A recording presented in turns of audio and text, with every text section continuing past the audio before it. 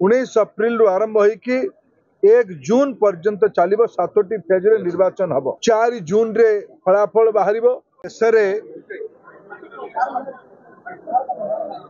Election commission को द्वारा निर्वाचन रो तिथि घोषित होइछि।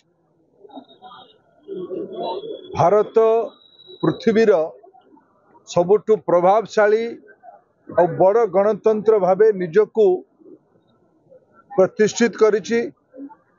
गणतंत्र सबुठु बड़ पर्व निर्वाचन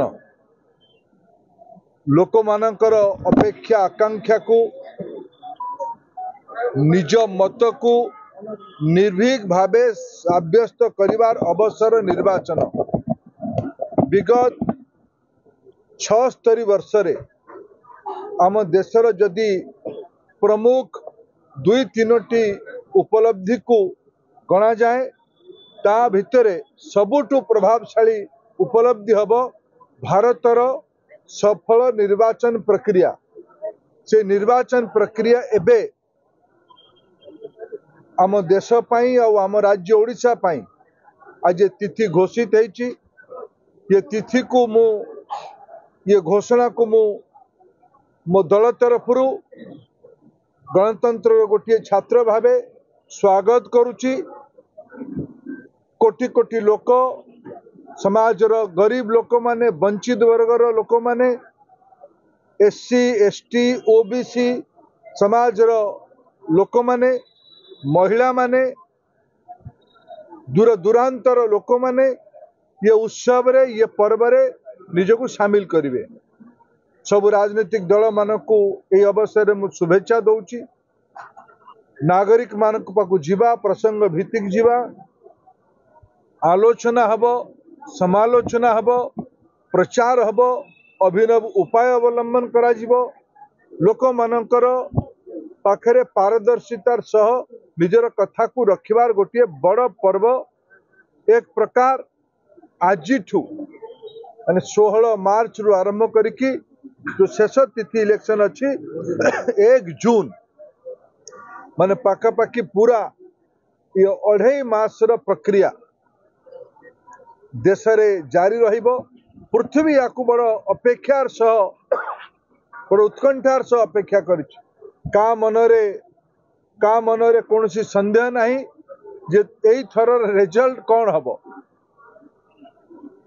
इस बार 400 पार फिर एक बार मोदी सरकार ए गुड़ी को आज सूर्य भलिया स्पष्ट चंद्र भलिया स्पष्ट हो सारी।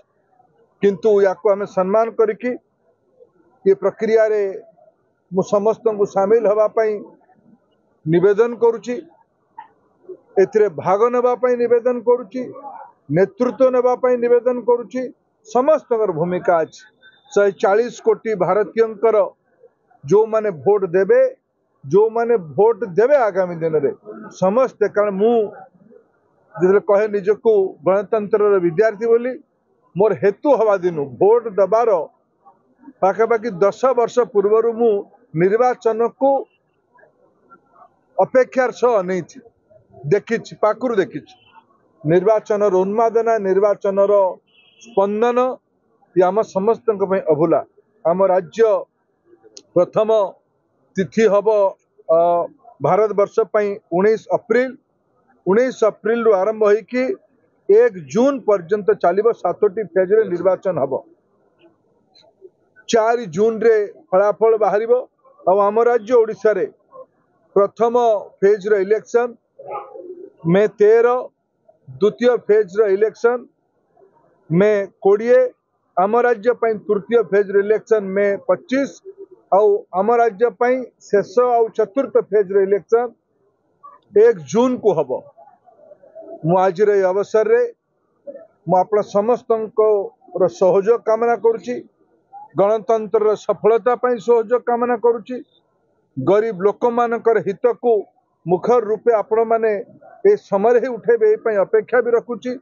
समाज रो वंचित निष्पेषित पछुआ वर्गर लोक मानकर एससी एसटी वर्गर लोक मानकर युवक मानकर महिला मानकर कृषक मानकर अपेक्षा को यही समयटा ही प्रकृष्ट समय लोकों पाखे जीवा सब राजनीतिक दल को एतिरे मु निवेदन करुचे बढ़ी चढ़ी की उन्मादनार सह मर्यादा को रखिकी जो प्रकार विधि आचरण को निर्वाचन आयोग आज आम सामने रखिंट ताकू समस्ते निज सीमा भितर रहीकि प्रचार रे आमे जीवा ये वितर्क को जीवा ये आलोचना को जीवा ये अवसर आपणकर भी सहयोग आवश्यकता अच्छी। धन्यवाद।